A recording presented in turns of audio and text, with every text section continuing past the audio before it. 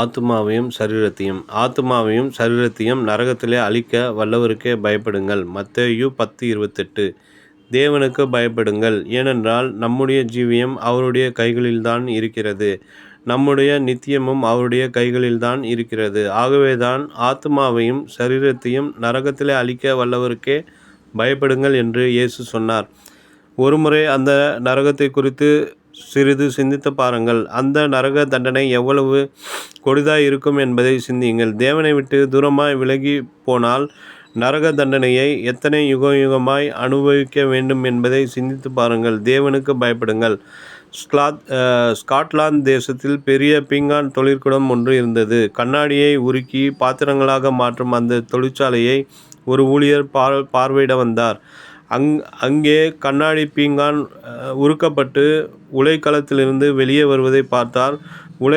உலைக்களத்தின் அகோர வெப்பமும் செந்நிறமான அக்கினி பிழம்பும் அவரை ஆச்சரியப்பட வைத்தது.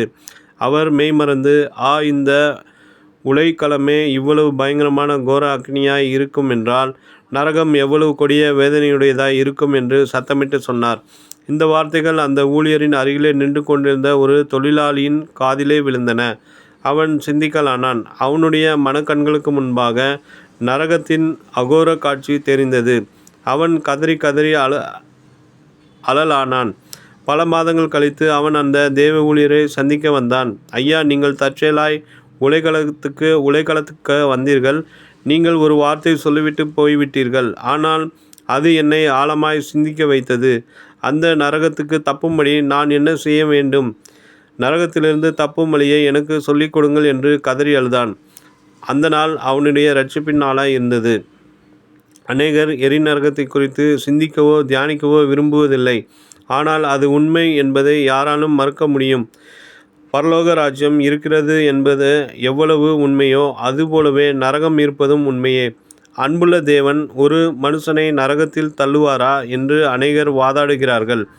அவர் தள்ள வேண்டிய அவசியமே இல்லை. பாவம் செய்கிற மனுஷனால் பரலோக ராஜ்யத்துக்குள் பிரவேசிக்க முடியாமல் அவனாகவே அன்புள்ள தேவனை விட்டு விலகி ஓடி பாதாளத்தில் விழுந்து விடுகிறான்.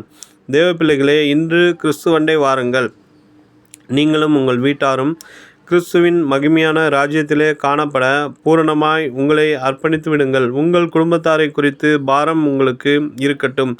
நீங்கள் மாத்திரம் சந்தோஷமாய் பரலோக ராஜ்யத்துக்கு சென்றுவிட உங்கள் வீட்டார் நித்தியமாய் நரக கடலில் தவிப்பார்கள் என்றால் அதில் உங்களுக்கு என்ன மேன்மை உண்டு, என்ன சந்தோஷம் உண்டு? சிந்தித்து பாருங்கள். நினைவிற்கு, கர்த்தராகிய இயேசு கிறிஸ்துவை விசுவாசி, அப்பொழுது நீயும் உன் வீட்டாரும் இரட்சிக்கப்படுவீர்கள். அப்போஸ்தலர் 16:31.